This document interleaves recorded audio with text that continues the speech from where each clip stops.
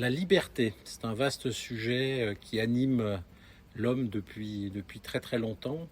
Et je pense qu'il est temps de clarifier certaines choses. Comme beaucoup l'ont vécu pendant les histoires de Covid, certains ont insupporté le fait d'être restreints dans leurs mouvements, dans les choses qu'ils pouvaient faire, etc.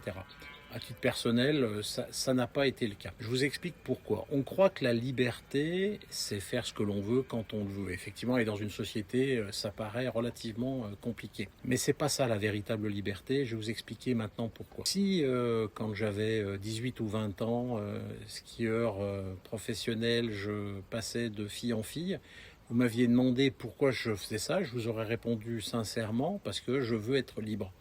Je pensais que de ne pas m'attacher à une personne était, entre autres, la véritable liberté.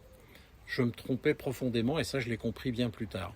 En effet, ce comportement qui n'était pas extraordinaire avec les filles n'était pas une question de liberté. En fait, c'était une question de blessure. Je souffrais d'un manque d'amour de moi, j'avais besoin de la reconnaissance et de l'amour de l'autre. Et finalement, m'attacher à quelqu'un, c'était prendre le risque de me faire rejeter. C'était prendre le risque que cette fille-là, lassée par mes comportements, me rejette. Je pensais être libre, mais en fait, je n'étais pas libre. J'étais prisonnier de mes blessures émotionnelles. Et en fait, la réalité, c'est celle-ci. La véritable liberté, c'est la liberté que l'on atteint lorsque l'on est libre des fonctionnements induits par nos blessures. C'est vraiment quelque chose de capital, j'espère que vous allez comprendre ça.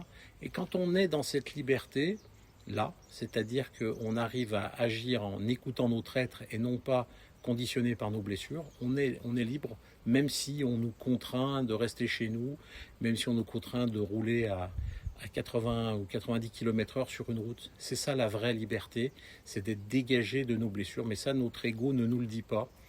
Pensez-y, ne confondez pas les deux. Et donc, si vous vivez très très mal les contraintes extérieures, je vous assure que ça veut dire que vous avez beaucoup de contraintes intérieures.